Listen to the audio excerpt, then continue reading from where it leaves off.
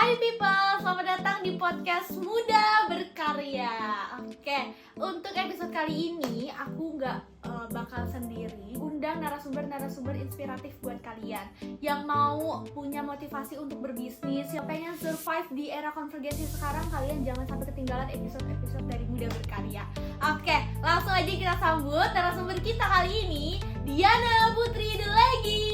Nah teman-teman, kita bakal banyak ngobrol bareng sama Kakak Diana seputar inspirasi gimana Kakak Diana tuh membangun bisnisnya, survive dari teknologi digital sekarang, dan kita sambil cari-cari tahu apa aja sih tips dan cara untuk sampai di titik ini. Apa aja sih tips dan cara untuk sampai di titik ini? Karena menurut aku tuh di umur sekarang Kakak Diana termasuk muda ya. Umur berapa Kak? Nah kali ini bareng Kakak Diana aku bakal ceritain seputar fashion, karena kebetulan Kakak Diana ini businesswoman.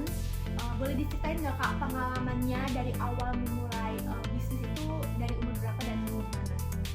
Awal pertama aku bisnis itu aku di umur 15 tahun. Awal tuh karena orang tua aku juga punya bisnis, jadi mama papa aku tuh ada toko. Terus karena dari kecil aku suka bantu di toko mama papa aku. Dari situ aku lumayan pelajarin.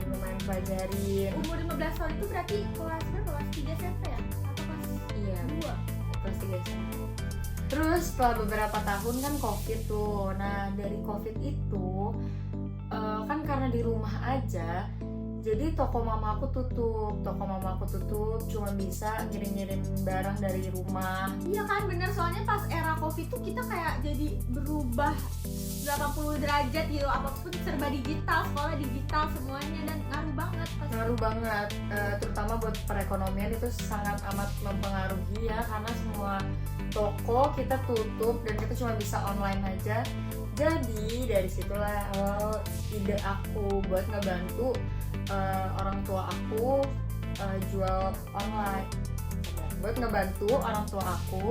buat jualan online. Jadi dari situlah aku ngebuat Instagram brand mama aku, terus Shopee, pokoknya beberapa toko online gitu supaya mama aku bisa terjun gitu ke bidang online ya, digital gitu. Jadi dari situ terus ternyata alhamdulillah tuh lumayan berjalan, dan itu works banget karena orang kan nggak bisa belanja secara real life ya, nggak bisa belanja di offline. Jadi mostly tuh orang tuh online gitu. Nah dari situ lumayan naik, aku kepikiran lah buat ngebangun brand aku sendiri. Karena kan kalau brand mama aku sendiri kan itu targetnya ibu-ibu kan, targetnya tuh ibu-ibu gitu. Nah jadi aku kepikiran lah buat bikin brand tuh yang target aku tuh anak-anak muda, anak-anak Gen Z gitu. Nah jadi pertama aku buat itu tuh nama brand aku Hozip. Kalian jangan lupa follow. Nama brand aku Hozip, dan itu aku ngebuat pertama tuh hoodie.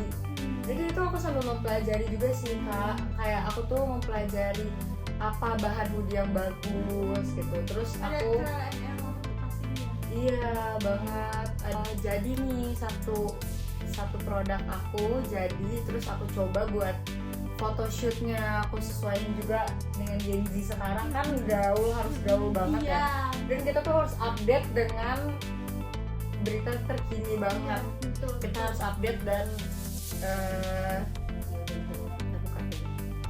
nah terus dari situ akhirnya aku photoshoot karena kebetulan juga aku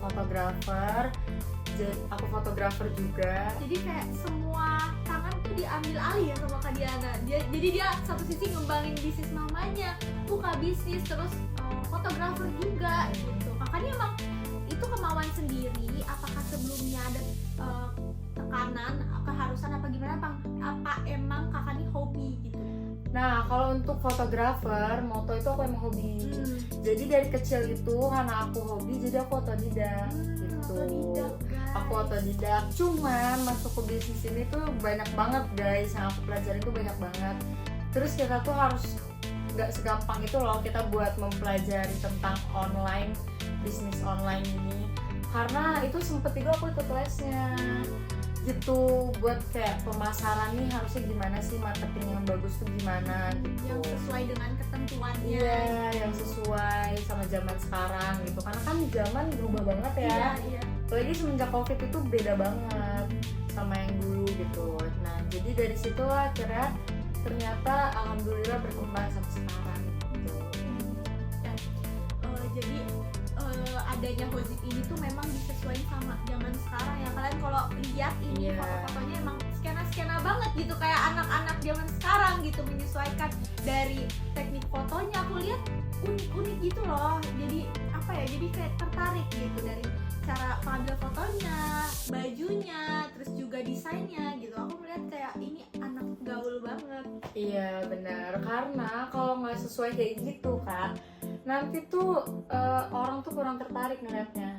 Nah akhirnya aku terjunlah ke dunia TikTok, karena kan TikTok itu berpengaruh banget. Jadi ya. Hozip dulu baru TikTok nih. Iya, aku udah bangun Hozip dulu, jadi tuh pas aku bangun tuh aku masih di Instagram aja.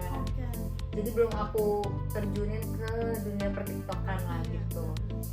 Terus aku mempelajari banget, dan itu susah banget guys. Itu kita harus sabar dan memulai dari nol banget. Sometimes sih ada juga kadang aku endorse gitu supaya nama kita lumayan dikenal gitu sama orang kan. Cuman nggak segampang itu juga, karena kita harus berproses banget gitu. Terus salah satunya aku akhirnya coba buat live kan, karena kan banyak banget orang sekarang live ya. Iya. Dan itu emang harus step by step sih kan.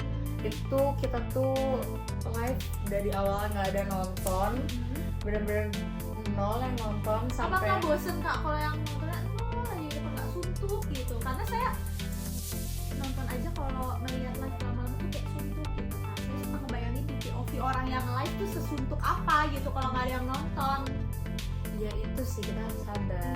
Kalau dibilang suntuk dan bosan sih banget ya, banget. Tapi itu tuh kita bisa nge-live tuh 6 jam dalam sehari atau lebih, malah bisa Sabtu. Emang kita harus sabar banget sih gitu. Cuman alhamdulillah sekarang aku kan makin cari tahu juga ya, kita harus kreatif juga guys ide-idenya. Apa yang kira-kira tuh menarik sama penonton gitu. Entah dari latar belakang kita buat nge-live, atau dari orangnya yang lucu, atau dari host live kita yang lucu gitu. Jadi kita harus pintar-pintar itu, dan itu banyak sih pelajarannya. Jadi awal cerita itu aku adain affiliate, dan itu tuh komisinya lumayan besar, lumayan lebih besar dari beberapa orang gitu. Jadi mungkin kalau orang lain berapa persen kakak lebih tinggi gitu ya? iya benar, lebih tinggi. Jadi banyak orang lebih tertarik, dan nggak aku sangka-sangka ternyata itu banyak orang yang minat untuk join ke affiliate aku gitu. Jadi dari situ alhamdulillah lumayan terkumpul tabungan aku. Itu pertama kali aku beli mobil. Di umur berapa kak? Di umur 19 tahun. Aku beli mobil ya cantik di umur 19 tahun. Ada nggak tips-tips dari kakak Diana untuk teman-teman di rumah yang baru mau belajar berbisnis gitu kak? Apa sih hal yang penting yang kayaknya tuh sering banget kelewat sama orang gitu? Kalau menurut aku pribadi ya, kita tuh jangan males sih. Jujur ya, ini tuh semuanya kak. Jadi even kita di rumah pun jangan males buat nyoba. Jadi masuk ke bisnis pun kita tuh harus setiap hari tuh harus belajar tentang, harus update. Kalian harus mempelajari banget sih menurut aku. Harus sering-sering terus coba gitu. Dan menurut aku ya, karena banyak orang tuh cuman niat doang kan. Biasanya tuh banyak orang cuma niat doang pengen bisnis, tapi habis itu sama dia nggak dijalanin gitu. Nah menurut aku tuh yang paling penting adalah pertama jalanin dulu sih, dan harus ditekunin juga. Dan yang kedua itu kalian harus konsisten guys. Jadi dua pilar itu tuh paling penting lah ya. Ya menurut aku itu paling penting sih dalam berbisnis. Kalau di bisnis kakak nih sejauh ini ada nggak sih struggle merubah 80% perekonomian, struggle-nya tuh kira-kira apa aja gitu dari digitalisasi. Mungkin sebagian menguntungkan, mungkin sebagian juga ada sisi negatifnya ya. Ya, pasti guys. Namanya kita berbisnis pasti ada turun naik dan pasti kita sempat ngerasain juga rasanya rugi itu gimana gitu, udah pasti. Tapi banyak banget struggle yang aku lewatin. Salah satunya tuh live tadi kok. Salah satunya tuh live tadi ternyata nggak ada yang nonton. Banyak juga guys, itu tuh nggak sesuai ekspektasi kita gitu. Contohnya live-nya ternyata penontonnya sepi. Terus live pernah kebenet juga. Gitu. Iya. Dan nggak segampang itu juga buat nawarin ke orang mau affiliate ke kita tuh awalnya. Awalnya tuh nggak banyak juga kalau orang yang tertarik affiliate. Kadang harus ada akunnya juga yang Terjun langsung gitu. Jadi pasti ada ya di setiap bisnis struggle. Tapi apa nih Kak motivasi buat teman-teman di sana yang lagi ngalamin struggle di bisnis ini? Kakak bisa kasih motivasi? Kita harus konsisten dan berpikir positif terus kalau kita tuh bisa gitu. Kalau kita tuh bakal ngelewatin struggle itu, karena emang berbisnis itu guys yang paling susah ada konsisten. Soalnya namanya berbisnis kan itu tuh pasti turun naik gitu. Dan kita harus pelajarin, makanya tadi aku bilang harus pelajarin setiap hari gitu, update yang terbaru apa gitu. Oke, kita udah ngobrol-ngobrol banyak sama Kakak Diana. Tapi buat teman-teman yang masih mau ajuin pertanyaan atau nanya-nanya bareng Kakak Diana, bisa langsung ke Instastory Instagram kita, karena kita lagi buka question box nih yang bakal dijawab langsung sama Kakak Diana gitu. Jangan lupa follow Instagram kita di Muda Berkarya, karena aku bakal upload setiap minggunya tentang konvergensi di dalam bisnis ini, oke? Semoga cerita-cerita dari Kakak Diana ini menginspirasi kalian yang lagi mau semoga cerita-cerita dari Kakak Diana ini menginspirasi kalian yang lagi mau memulai bisnisnya gitu. Semoga cerita-cerita dari Kakak Diana ini bisa menginspirasi teman-teman di rumah yang lagi mau memulai bisnis, dan teman-teman yang mungkin lagi merasakan struggle dalam bisnisnya bisa nonton video ini untuk memotivasi. Terima kasih Kak Diana udah mau sempetin datang ke sini, udah mau ngobrol-ngobrol banyak sama aku. Aku juga jadi belajar banyak sama Kak Diana. Teman-teman di rumah boleh langsung follow Instagram Kakak Diana. Kakak Diana punya 2 brand, DCL dan Hozim. Oke, terima kasih Kakak Diana. Terima kasih banyak Kak. Sampai jumpa di minggu depan. Bye bye.